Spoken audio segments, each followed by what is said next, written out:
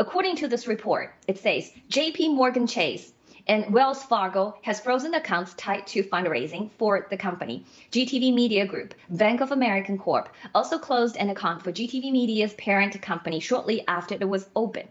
So we're still on GTV. I'm just using GTV and MileSchool and New Federal State of China as an example. And this is a mirror, and I'm hoping you're seeing it because it reflects all those American corporations and all those American administrative assistance agencies and institutions.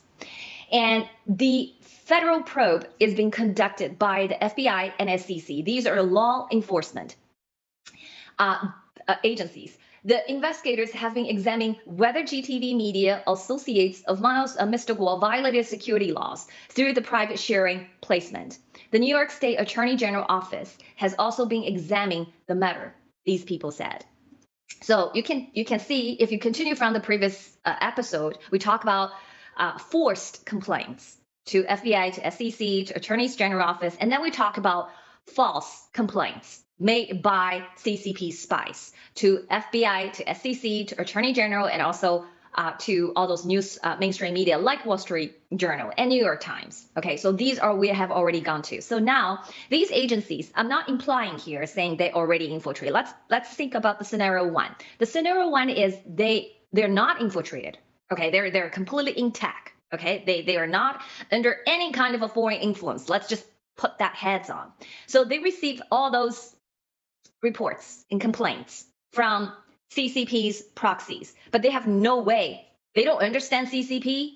Matter of fact, they're still thinking that China and America is in a good relationship, in a free trade. You know, people love people and travel. People, there's a culture, there's social, there's economic relationship. So they have no idea who CCP is. So they just facing all those kind of inundated with those complaints, and they say, okay, this guy must be bad guy. Let's investigate him. Okay, this is what I meant.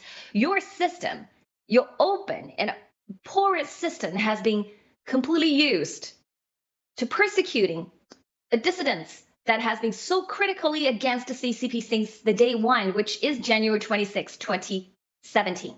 And he has been shared and whistleblowed so much important intel that could save millions or hundreds of millions of people's lives on planet Earth. Okay, so that's a scenario one. Scenario two, let's put a cap on. Okay, so now as what we know from the background, there's so much information has since came out since last year, January.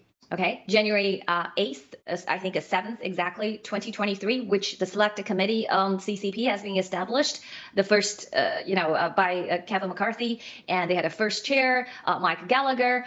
So they've done a lot of work exposing what the CCP has done in infiltration in the United States. As we have been sharing with you, as I have been sharing with you on this show, you've already learned a lot. So simply say, oh, there's no infiltration without investigation is not responsible. So we know there is a lot of places, because you're open and porous, your democracy, the CCP, the totalitarian and tyrant, the dictatorship has basically creep in and taken advantage of that. So let's give it a benefit of doubt, okay?